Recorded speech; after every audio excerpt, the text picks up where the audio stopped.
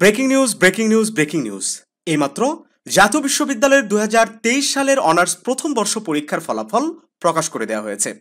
শিক্ষার্থী বন্ধুরা, এ সংক্রান্ত একটা নোটিশ বিশ্ববিদ্যালয়ের অফিসিয়াল ওয়েবসাইটে প্রকাশ করা হয়েছে। তো চলো আমরা একটু বিস্তারিত জানার চেষ্টা করি।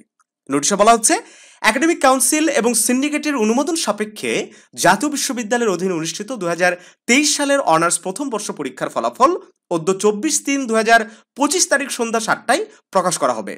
সারা দেশের 344টি কেন্দ্রের 876টি কলেজের নিয়মিত, অনিয়মিত ও মান উন্নয়ন সহ সর্বমোট 4,40,315 জন পরীক্ষার্থী এ পরীক্ষায় অংশগ্রহণ করেছে।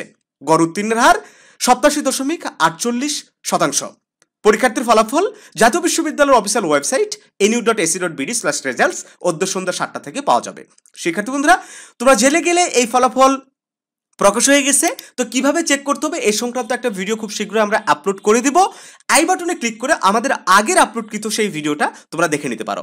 অবশ্যই জানো ভিডিওর সাথে থাকো। সেই সাথে অনার্স দ্বিতীয় বর্ষের আমাদের ক্র্যাশ কোর্সে স্টুডেন্ট ভর্তি চলছে, তোমরা যারা চাও ভর্তি হয়ে যেতে পারো। তো ভালো থেকো সবাই, তোমাদের জন্য অনেক অনেক দোয়া এবং শুভকামনা রইল।